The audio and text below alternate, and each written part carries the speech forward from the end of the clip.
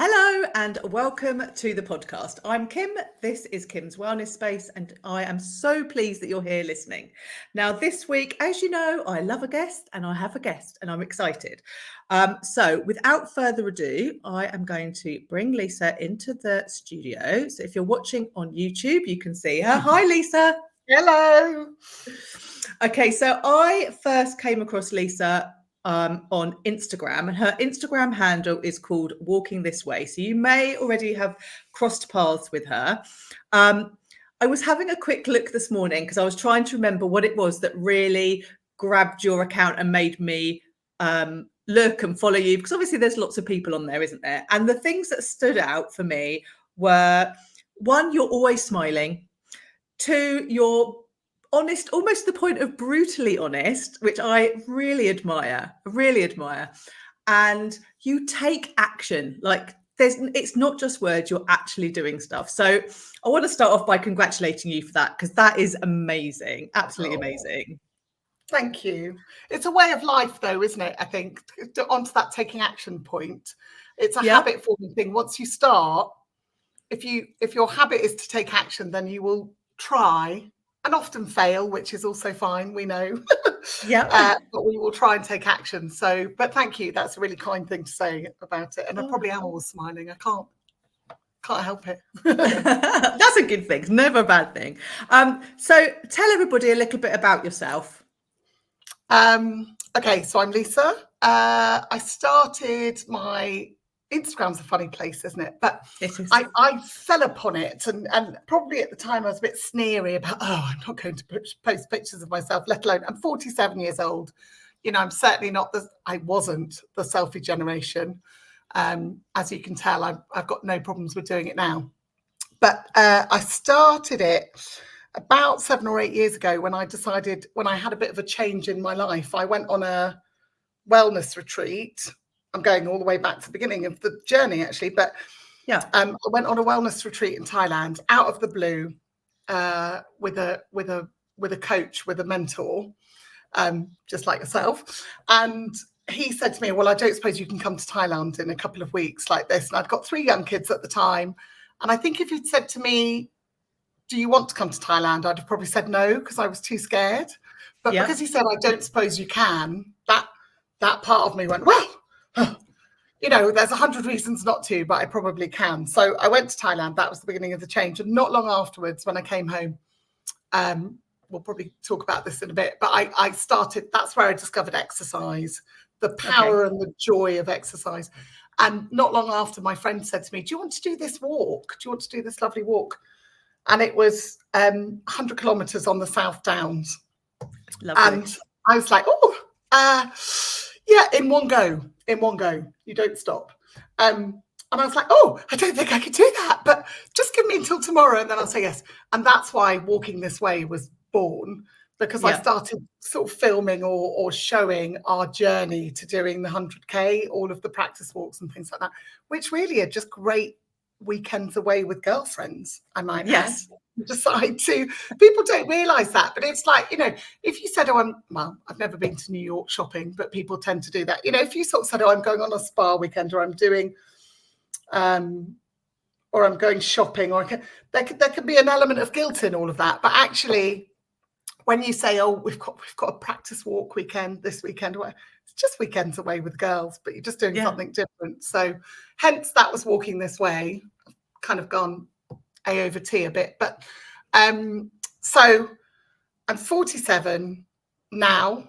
I was 39 when I found exercise and movement, which definitely changed my life. I've got 3 kids, 3 beautiful children. They're now 16, 14 and 11. I was kind of I was quite corporate-y. My husband and I run a company together, but about 4 years ago, I decided that wasn't what my life was going to be about. So I do a tiny bit in there, but not very much at all. Try and spend more time with the kids. They're here today, gone tomorrow. What else do I do? I've got the Welcome Home Project, which is sort of a charitable project that I've set up to try and help refugee mums. And I love Instagram. It's my little space online. And that's me, I think. Brilliant. Okay, so I've got lots of questions that I wrote down. I haven't written them in any particular order, so I'll just kind of go through them, and whatever we chat about, it will work out. So starting with Instagram, like you said, Instagram is a weird place. So what made you be so honest on Instagram? Because I've been on Instagram a long time, and sometimes even I, as a coach, I'm like, oh, gosh, do I want to share this? Do I really want to put this out in the world? And I mean, I love the way you have your little chats in the morning and you share very personal things. So how did that kind of come about? Did you always feel quite confident with that? Oh God, no. I don't think I was confident in anything. Before I tell you what, the exercise gave me more confidence. So yeah, I'm a big woman. I'm 20 stone at the moment. I'm very open about that.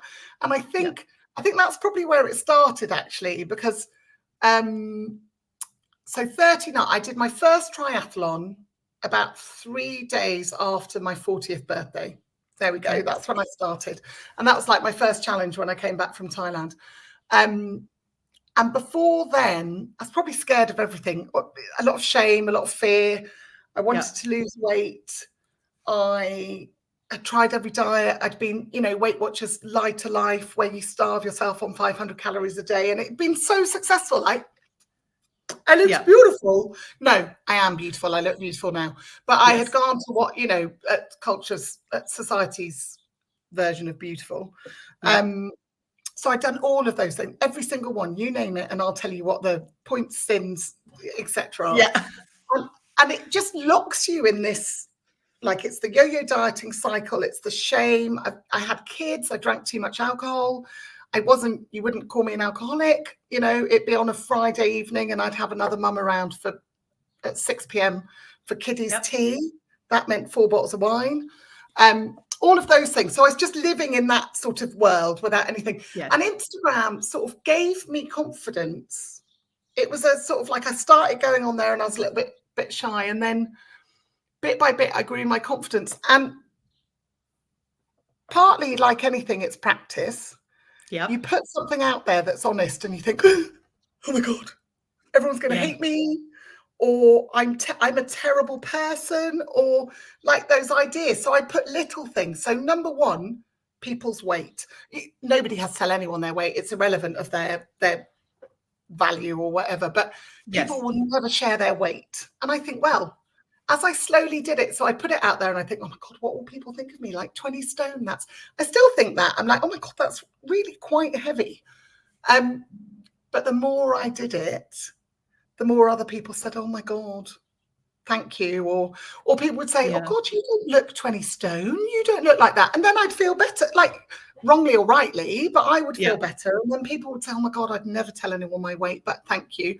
So it started with little bits and pieces like that. And the more you do it, the more, and you will know this as well from the Instagram family or the Instagram community, when you put stuff out there, you get stories from people about, oh my God, thank you, because I don't feel alone, or I'm not the only one, or oh my God, that's been, and some of the most, if you go back through, I mean, I literally have probably shared, like the hardest thing I ever did was the before photo in my underwear.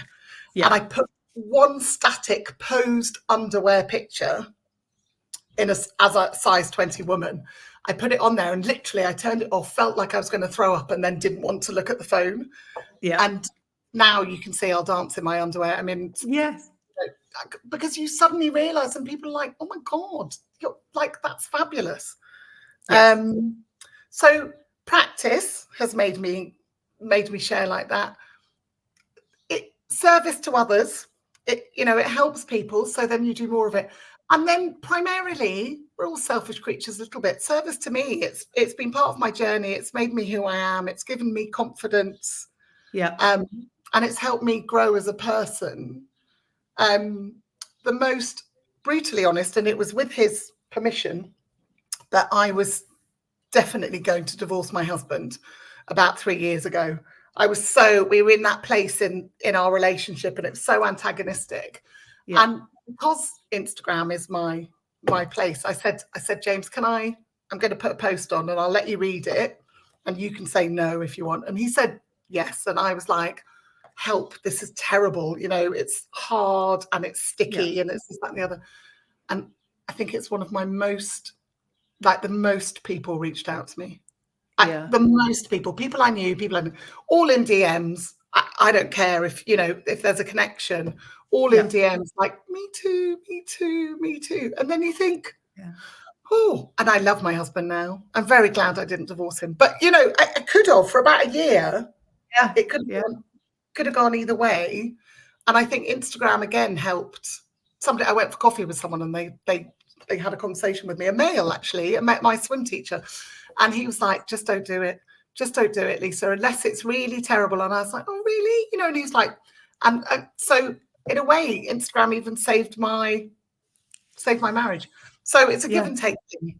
I mean, you would have experienced the same thing yourself with people reaching out. But yeah, absolutely. The community of Instagram it's very special, isn't it? And I have friends that I've never actually met, but I talk to them all the time, and I call them my friends because I know loads. I probably know more about them than I do some of my other friends that I actually see. Do you know?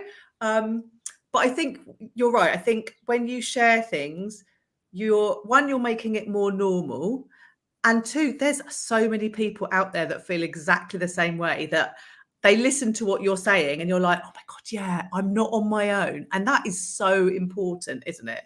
So important. It's so filling. And like you said, I call them my friends. I'll say, oh, my friend is doing such and such this week, or she's just starting her HRT journey, or she's just discovered she's got breast cancer, or, you know, things like that get shared on Instagram all the time. Yeah. And I say, oh, my friends, and I say, well, she's an Instagram friend, but, you know, friend. Yes. Because like my sisters will be like, who are you talking about? And I'm like, oh, you don't know her. It's like, you know, but they are friends. They're friends. I've met a few over the years. I've met a few, or we've had Zooms and things like that. But there's lots that I've yet to meet. But that will happen as well. Yeah, and it's always really special when you meet them and they are exactly as you thought they were going to be, isn't it? It's lovely, absolutely lovely. So I've written here. I mean, you have just mentioned that you've done every diet under the sun. So what was the absolute worst one? Like, let's crack on with this diet culture thing, because there are some horrific things out there. What's your worst one? Do you know what? I'm going to say Lighter Life, actually. I've done, oh God, cabbage soup, disgusting. Anyway, cabbage soup, disgusting, like on a day-to-day basis. Lighter Life, the issue that I have with Lighter Life was, and it was amazing at the time because you're in ketosis, you feel free, you're like, oh, I've got all this energy. I could meet you for a black coffee and not even a lettuce leaf, but you know, I could meet you for a couple, like your life just becomes this Slimming World thing. Not Slimming World, sorry, Lighter Life.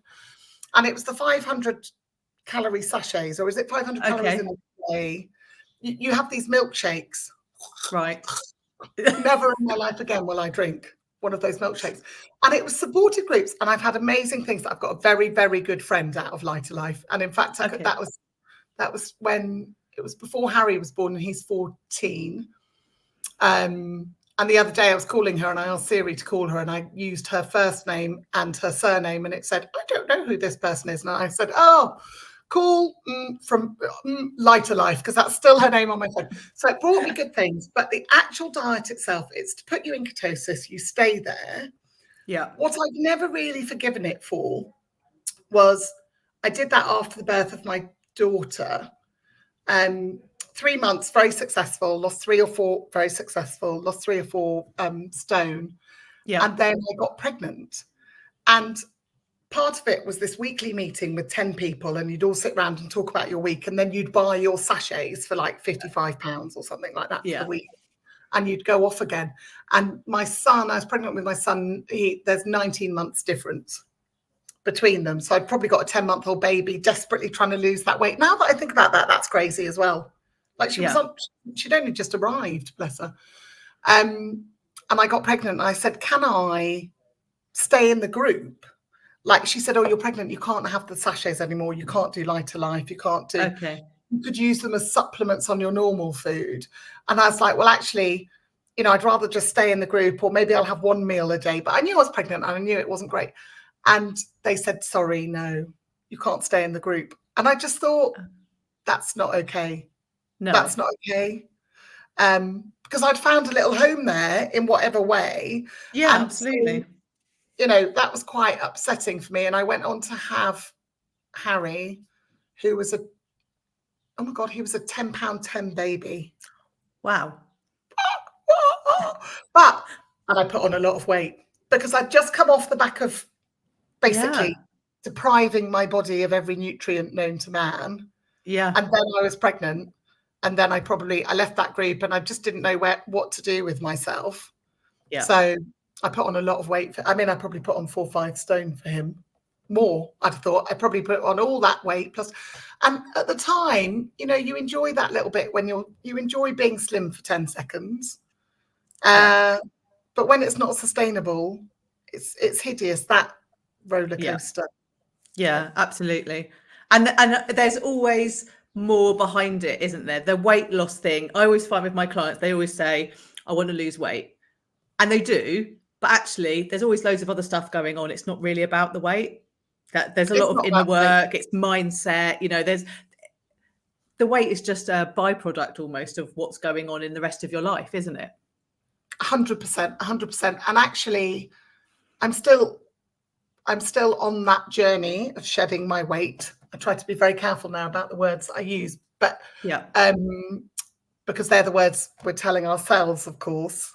And I'm this sort of mix between body confidence. It's like, okay, this is where I am now, and these are my rolls and folds, and you know, mother's apron. I heard that saying the other day. My gorgeous mother's apron. And it's a mix between saying, okay, this is me, and that's fine too. I'm fine. But for my health and my well-being, I'd like to shed a bit more weight, and that's also fine. And I think at my age as well, a lot of that is hormones are involved as well.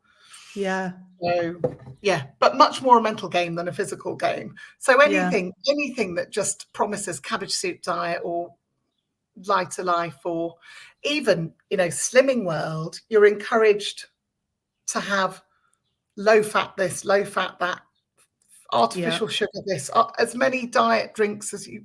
Oh God, you know, no wonder everyone's depressed and like got no energy, because they put absolutely. Like basically the way I look at it is like eating artificial sugars and low fat this and low fat that is like putting microbeads in the sea. You know, we can't handle it. It's just like, that's a good analogy, actually. And I think, you know, I also have done Slimming World, Weight Watchers, all those things.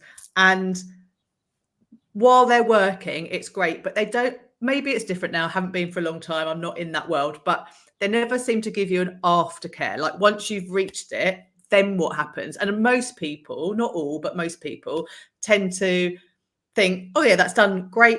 And then they go back to what they were doing before because they haven't really learned anything. But they then have added in with this good food, bad food, sinned food, like having a treat, where actually all food is fine. Food is just food, you know, and we shouldn't restrict, because as soon as we restrict, then we want everything that we've just restricted. Yeah. It's just like, I had this really weird relationship with smoothies. So a PT that I was working with, she always started her day with a smoothie. And I said to her in the end, I can't drink them because in my head, Slimming World have told me that smoothies are sins, even though they're just fruit. And I just can't. And she was like, right, you just need to drink one every single day just to get that. And, you know, now I can have a smoothie. But I'd brought that with me, and that was terrible. That's so unhealthy. Yeah. And I think we carry so many of those things that we're utterly unconscious about. Utterly, like those rules that we have. And it can be exhausting unpicking them all, because, you know, but you have to keep doing it. You keep finding one. You think, why have I got a problem with the smoothie? I've got some foods. I've definitely got foods like that. And I do know now, for example, and I'm working out at the moment. And at the moment I am calling myself sugar-free. That's what I sort of aim for. But it's with I aim not to eat processed sugar or flour are the two biggies for me. Because they are like my drug of choice. And Yeah. particularly if I have it, like if I want a couple of pieces of Marmite toast, for example, and I eat well, I do eat well, and I eat really well, and I cook good meals and stuff like that. But if I did want a couple of pieces of Marmite toast, which is heaven's food, I would probably have it for dinner now instead of breakfast, because if I eat a piece of bread in the morning, and sourdough's better, and there's all different types of, there's what we would have called mother's pride. I don't know if it even exists anymore, and all the way through to a beautiful bit of seeded sourdough or something like that. But if I eat bread in the morning, I will crave sugar or flour all day long, and that's just me, and that's my body, and I've worked that out now. So I've got that understanding about myself. But equally, if I got up this morning and had 4 bits of Marmite toast because that's what I really wanted, and I wasn't feeling like it, well, so be it. Great, enjoy every mouthful. Because the other thing is, if you eat that or drink that smoothie, if whilst you're drinking that smoothie, you're like, oh, I'm so stressed, this is such a terrible thing to drink. What's our body saying? Oh no, what do we do with it? It's terrible. Yeah, it is. Yeah, that's very, very true. Yeah, and it's so good that you're able to recognize what works for your body now, and that's a really powerful tool, to be able to be like, well, I've tried this and this, and actually this is the way I'm going now because this makes me feel good. And that's what you want at the end of the day, isn't it? To be feeling good. Energy and vitality, isn't that what we all want? Like energy and vitality, to live this beautiful life with as much energy and vitality. And we can't feel good all the time, but the more we feel good, it's a virtuous circle, isn't it? So yeah. Oh yeah, absolutely. So let me just have a quick look at my notes of what I was writing down here. So how's your goal changed? Like, I don't know what your actual goal is, but as you've documented and then you've gone along, like, have you got a different goal now because you've got a different sort of thought process with it? I did. You sent some questions beforehand, and some of them I was like, oh, what is my goal? What is my goal? And it at the beginning, I would have always had a weight loss goal. Yes. But I've blown those goals so many times, Kim. You know what it's like? It's like, oh, I will lose this, or by next year, or this, that, and the other.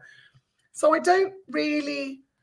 I look about what's interesting and fun and what's adventurous in this world. Yeah. And those are my goals. So I have lots of little goals. I do, I did High Rocks last week, which was a really big one for me, a CrossFit competition. So I have they're not even fitness goals. I just take part. I show up. I'm not even that good about training towards them, but they keep me honest a little bit. I know I can't just do nothing and turn up. And then I've got Blenheim Triathlon, which is at the end of this month. And then I've got a swim down in Devon. So I have sort of goals like that. I sign up to a few things like that every year because I really enjoy them. The atmosphere is great. I would love to, I'd be lying if I didn't say I'd like to experience, my joints ache a bit. I can feel aging. I did a post this morning about HRT, or perimenopause and menopause, which is a big one among women of my age. I don't know how old you are, Kim, but and loads of people were talking, loads of people got involved in that conversation as well. So I think my goal is kind of go to my grave knowing that I had fun and gave it the best shot that I absolutely could. That's brilliant. That's a fantastic goal. I love that. That's so much better than a number, isn't it? Yeah, it is. And if you sort of remember that and that's what you're aiming for, then you can do anything as well. Like, you've got any choice. It's not just, you're so right. Like, a number is so reductive, isn't it? It's very reductive. Yeah. So, and actually, numbers are different for every single person, aren't they? Like you were just saying, like, you didn't know how old I am. So I'm 52 and a half. No. I was going to say younger than me. Obviously, you're living life well, Kim. It's taken me a long time to get to this point. I, like you, have been on a journey, tried different things. I would say I'm the healthiest now than I have ever been in my whole life. But I'm much more aware of what I'm doing. Like, I've learned those things, and I do stuff that makes me feel amazing every single day because I know that that's really important for me. Whereas 20 years ago, I had kids, I was married to somebody else, like I had a job, and I was at the bottom of the list. Now I'm always at the top of the list every single day, no matter what's happening, and it makes so much difference. But you have to it takes time, doesn't it, to find these things to get there. But yeah, And numbers. like him, you said that's exactly where I was before I was 39. That's exactly where I was. I was the bottom of the list for everything. And I don't think it's very female, it's very mother, like when you've got children, because it's such a shock to have those gorgeous babies come into our lives. Oh, I'm not going to let it change my life. You know, and I think that's part of the message that I'm never quite sure what messages I'm sharing whatever day, because I share about so many different things. But it's that thing about, you know, the fear, the guilt, the shame of women. It's like once you can shed that skin, and once you realize that it's not selfish to do self-care, like if you put yourself first, I can't, there's no point in me feeling guilt about it, but I'm not going to, the damage I did to my daughter, but I don't mean that. But, you know, when she was little, I wasn't there. I wasn't present. I mean, I was going through all the motions, but I wasn't living life and present. Like I said, I would, you know, numb out on a Friday, Thursday, Wednesday, odd Monday, you know, and numb out from existence and do what I could. I was working long hours. I didn't show up for myself. What example? We all know we can't tell our kids diddly squat. They're not going to listen, you know. It's only what we show them that they're going to have. And, you know, I've sort of kept that in me ever since. She's now 16. So I think for the last 7 or 8 years, I tell you the wonderful thing about my kids, I sometimes say, do you remember when mummy didn't move a lot or do exercise? And my kids will say, no, you've always done this. And I'm like, you know, but yeah, the shame and guilt and fear that women carry for so long. And there's light there at the end of that tunnel. And I think that's absolutely what we want to tell the world. Like, definitely. And the whole menopause, perimenopause, menopause, post, like it's such a big thing. And thank goodness there is a bit more information out there now. There didn't used to be, but we still need to be having these conversations, because absolutely life changes. Like I know personally for me, my body does all sorts of weird and wonderful things now that I did have no idea that it was going to do. And I don't want any of my children, grandchildren, I don't want them to be scared that menopause is coming. I want them to be like, yes, I'm going to go through my menopause and it's powerful. And oh my God, watch out when I get to the other side. Because actually it does bring a lot if you let it, but your body does react in different ways. And again, if you have worked like you are now and you know how your body works, it makes it easier, I think. Because you've got a lot to learn anybody with the menopause stuff. Do you know what I mean? Oh no, I agree entirely. And I think, like you said, there's so much more information out there now. Anybody who lives near me will know that, like, if I bump into someone in the street and they say, oh, I'm feeling a bit this or this has happened in my life, just, you know, in conversation. And then I'm always like, poor people that live near me. And I'm like, how old are you? And they're a bit like, or I'll have James standing next to me and they're like, what? And they'll be like, oh, I'm 39 or I'm 40 or 41. And I'm like, have you thought about your perimenopause? And you can see they're like, I mean, it's like, instead of saying, oh, how are you? They'll have said something. And I think, because it's really hard. There is a lot more awareness out there. But when my perimenopause started, I mean, I would call it a nervous breakdown for 2 weeks. I woke up one morning and I had a panic attack and it lasted 2 weeks. It was terrible. Yeah. And I was fine. I was journaling. I did movement. I was happy. I eat well. And suddenly I woke up and like that. And I was like, what is this? What is happening? No idea. I got through it. I was really lucky. It was only 2 weeks. And, you know, my husband was really supportive. He literally couldn't leave the house. I couldn't go under the water because I suddenly felt claustrophobic because it was like having a panic attack. Gosh. And again, I tell people, but I tell that quite frankly to people because I was lucky. It did only last 2 weeks, but I think that's because of all of the tools I'd learned beforehand. But I couldn't have known that before. I had to look back. And that's why if I meet someone and they're saying, oh, I've suddenly got a bit more tired or my anxiety, or someone just says, oh, I'm feeling a bit discombobulated at the moment, I'm always like, perimenopause, have you thought about your perimenopause? Like, just think about it. Just think about it. Just do a bit of Googling, start to look at what that is, because I think we don't realise, like you said, we actually do have the opportunity of going through it wonderfully, I think. Yes. And, mine's definitely been up and down. And we do get a real sense of wisdom coming through it as well. We're definitely moving, transitioning to a different stage of our life. But if you have got no awareness that it might be coming and it hits you like a truck, that's heartbreaking. So I'm with you. For your children, grandchildren, let's celebrate this and, be aware. Why aren't we teaching it in schools? Yeah, exactly. I don't know why we're not. I've been saying that for ages. We definitely should be. I actually wrote a book about my personal experience with menopause, so that my words were just in the world, so that if someone found it, then they could read it and be like, okay. Because for me, all I knew about menopause was hot flush, moody, that put on weight. I mean, that was about it really. And that was just what I'd gleaned from hearing things, or no one had actually sat me down and said, right, when you get to this sort of age, this is going to happen. And then when I kind of started talking to people, researching and looking, I was like, God, there are hundreds of symptoms. And even now, like I've been doing, I would say my perimenopause has been about 10 years and I've just about finished now, I reckon.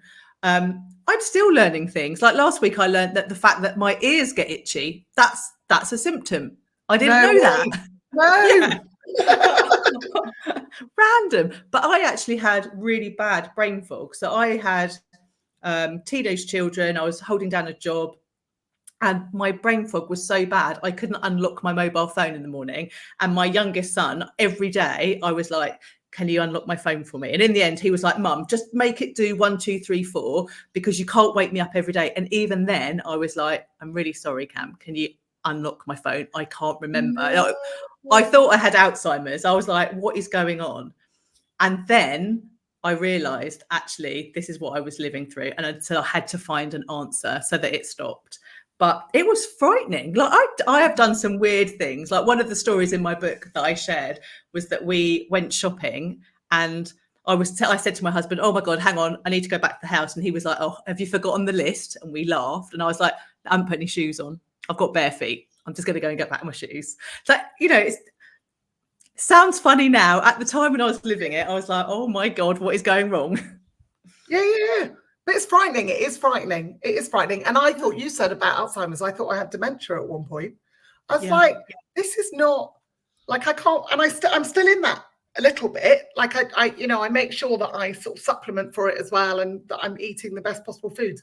But sometimes you're searching for a word, and it's like here, it's just sitting there, and it's like laughing at you almost, and you're like, what's that word? The one that, and it's a ridiculous word. And sometimes I say yesterday instead of tomorrow, and tomorrow instead of yesterday, because the wrong word comes. And it is part of it, but you can mitigate against it, can't you? You can do lots of different things. I need to read the book. Absolutely. And actually one of the biggest things we can do is to reduce our stress. It's amazing. And I know that's really simplistic, and people, if they're stressed, they're like, come on, Kim, I can't reduce my stress. But actually, if you can do things to help you relax, and it does make a big difference, absolutely makes a big difference. And fundamentally, it's lifestyle change. And I think the problem is that we're going into menopause when we have got teenage kids, we've got elderly parents, we've got jobs, we've got hobbies. We're trying to fit the yoga in as well. We're trying to, be in the book club and have that Friday glass of wine. And something has to give. We can't, can't, there isn't a supplement in the world that's going to give you as much relief from that brain fog. Or someone said to me about it's your brain's a muscle like anything else. And if you overuse it, then you're going to get brain fog, because it's saying, I need a rest, leave me alone. Yeah, which makes perfect sense, doesn't it, when you say it out loud? Yeah. But we don't think about it. And I think at the end of the day, whatever happens, if you're going to radically transform your health and you're in that space, you're going to have to do some change in your life, like you said. And even, meditation and breathing, and they're all brilliant tools for addressing stress. But nothing's going to do it quite like just bringing the pace of your life down, which is hard with kids and the elderly parents, and needing to make money and prices rising, and Yeah, But absolutely. I think often alcohol goes, actually, because I think certainly for me, the hangovers became so, I'm not saying I drink a bit, but the hangovers were so impossible that it kind of wrote itself out of my life in the end, which Yeah. I'm very grateful for. But Yeah, absolutely. And I think also we have to be kind to ourselves. And even if you get to the point where you're like, okay, I know something needs to change, you can't change it all in one go. It has to be small steps, small changes with love and kindness to yourself all the time. yeah, and don't feel rubbish about yourself and then feel guilty that you feel rubbish because you're supposed to be feeling fine. It's like, it's not working.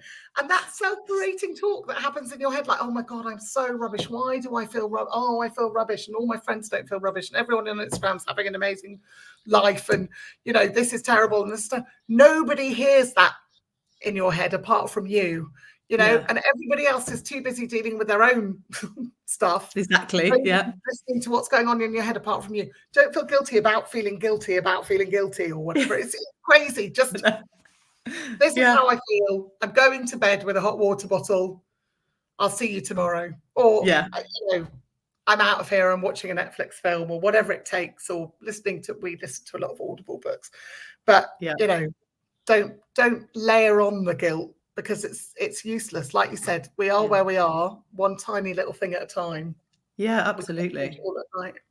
Yeah. So if there's anyone listening to us chatting today and they are, you know, at that crux of, oh my God, I need to do something needs to change, what would your advice be to them?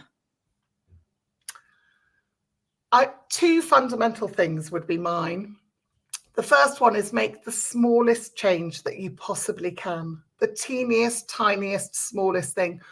You know, even if you can't put your phone away from your bed, put it under the bedside table so that you don't look at it first thing, or teeny tiny, if you want to change your whole diet for some reason, just eat a carrot every day. You know, just choose one tiny thing and build from there. Because if we do more than that, we're bound to fail.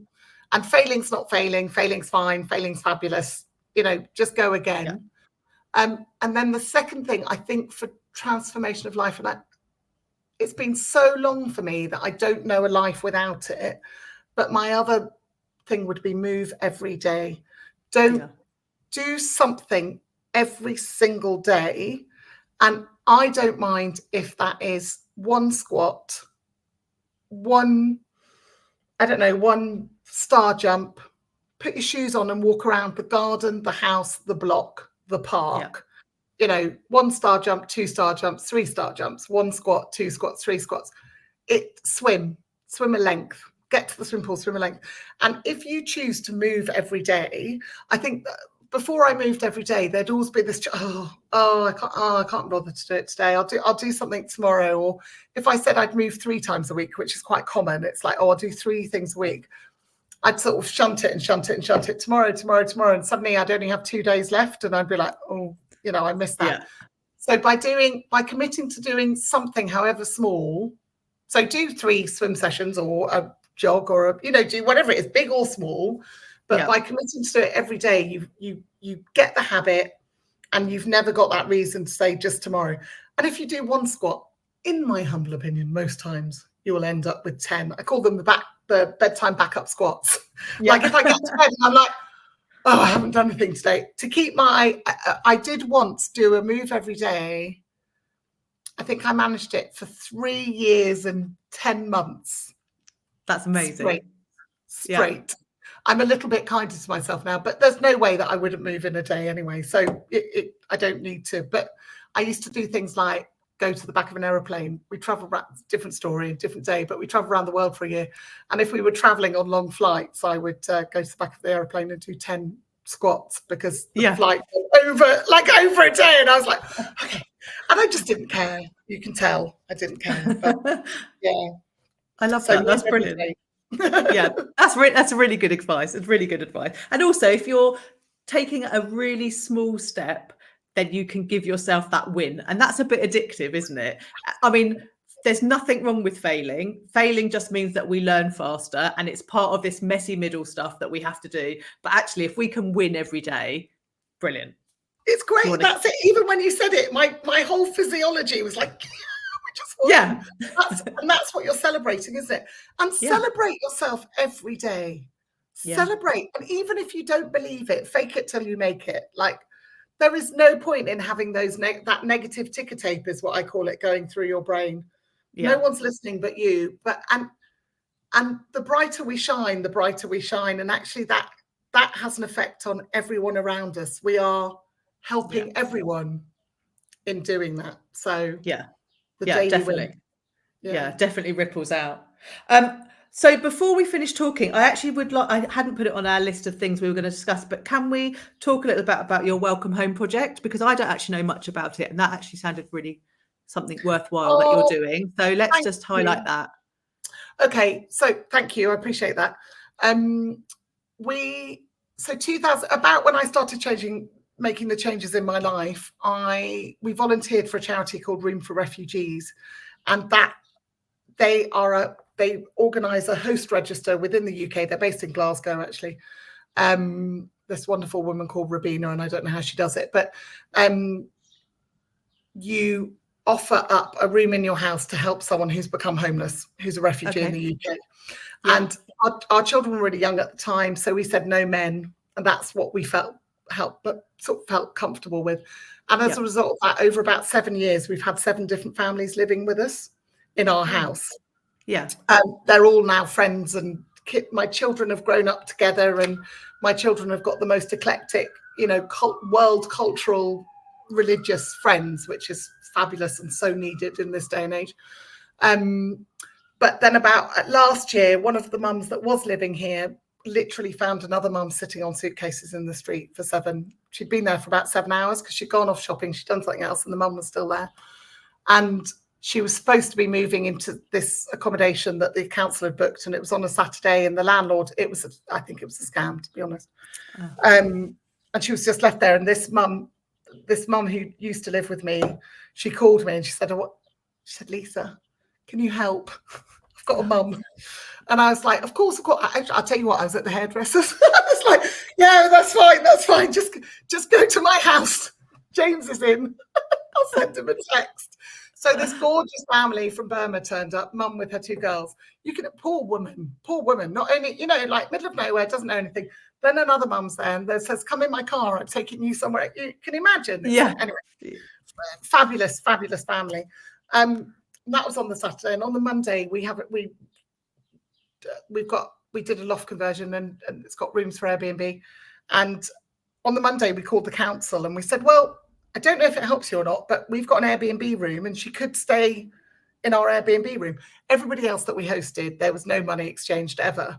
But what I realized is it's really difficult if you're a refugee in this country because you're not allowed to work. That's the biggest issue. You're not allowed to support yourself even if you wanted to. And the allowances, you might live in a hotel and get £9 a week, and several people might say, Kim, lucky. They're lucky, but I wouldn't want to be there. And the council paid for her to stay in our Airbnb for a while. Unfortunately, we were then going traveling at the summer, and she had to go into a travel lodge, which is where she stayed for 251 days with her 2 daughters in a family room. And the biggest problem is no cooking. But she didn't even mind no laundry facilities, but 0 cooking. So you're on the most minimal budget, and you're trying to feed your family in a healthy way, and you just cannot do it. You're not able to. And the travel lodges are quite strict as well. Anyway, that gave me this idea. So last year I said to my husband, I'd always wanted to do something more, because you can only have so many families living with you at one time. When we first started hosting, we were told it would be about 5.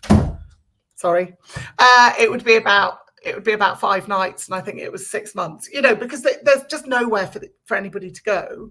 And then I realised that actually I could set up a house that is like the best possible, in the worst possible circumstances, the best possible place to go for emergency accommodation. So instead of putting in a travel lodge, and they call it temporary accommodation actually, but temporary accommodation in the UK is no longer temporary. I think there's 140,000 children living in temporary accommodation at the moment, 70,000 of which are in London. And The stories are heartbreaking. Babies who learn to walk on a bed because there's no floor space. Yeah. Very rarely given private bathrooms. Or if you're in a travel lodge, you've got a private bathroom, but you can't cook. You know, people in houses or mums with like 2 babies under one and they're on the 4th floor and the bathroom's on the 3rd floor. Just, it's terrible.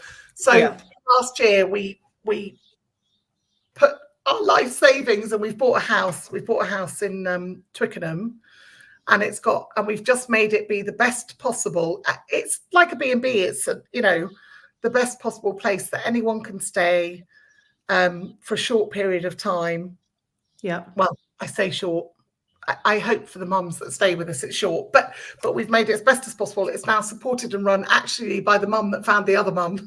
She's now running the project for me, because everything is circular in this life, and she maintains after the mums and helps them. So it hasn't been taken up as quickly as possible because I never imagined it would be so difficult to get the message out to all to the councils, to the London boroughs, because they're so overwhelmed. People working in the system, they're not the enemy, really. They have nowhere to send anybody. They can't do anything, social services, housing.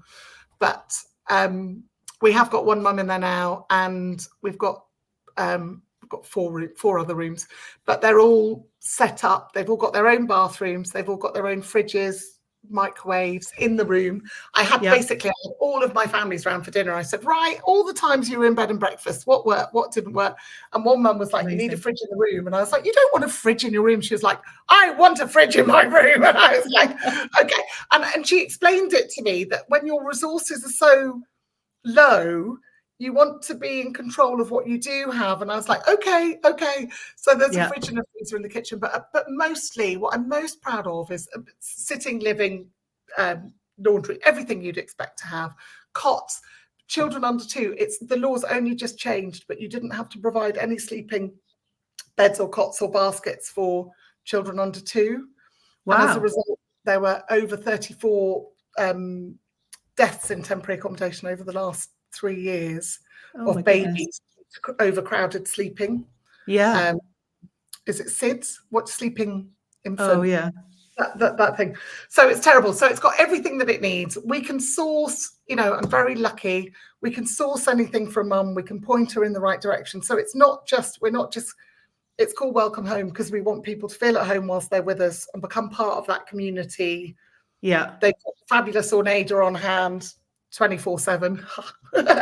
But and my husband's an immigration advisor, so we're there to try and unpick the problems and get them. I genuinely believe that anybody that stays with us will be able to get themselves stable and in the right place quicker than anywhere else, because the mental health alone of staying in a hotel, when that door is shut, nobody sees you. No. And I don't think we're really that aware in the UK that we have such a big homelessness problem, because it's hidden. They call it hidden homelessness. Yeah, absolutely.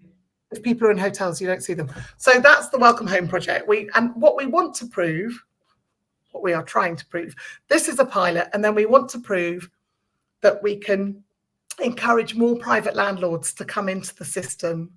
Yeah. To run houses done to a high quality. I mean, we even have colour coordinated crockery with bed linen. So each family knows what's theirs. That's, thank you, IKEA. But it's like, this is my stuff when I'm in this house. And, if this is my stuff, but we want to show other landlords, other private landlords that want to get a reasonable return on their money. Like the project is actually to try and bring more suitable accommodation into the system. Yeah. Unfortunately for the UK, it's not the answer. It's still a sticking plaster. And I say that to everyone. This is just a sticking plaster. What they need is more social housing. There needs to be more affordable housing. And it is moving away from people faster than the situation's growing, more. It's a greater, I can't think of that word, like catastrophe. What is that word? Yeah, catastrophe. Thank you. It's getting worse and worse because nobody has property in the UK. No. It's just that's such a wonderful thing for you to do, though. That's lovely. And even if you can't solve it and it is a sticking plaster, you're helping people, and that's amazing. And that those people that that help will change their life, won't it? And they'll remember you forever for that. That's brilliant. Yeah. Well, and it changed our life, by the way. We've always got more gifts. People say, how do you have strangers in your house?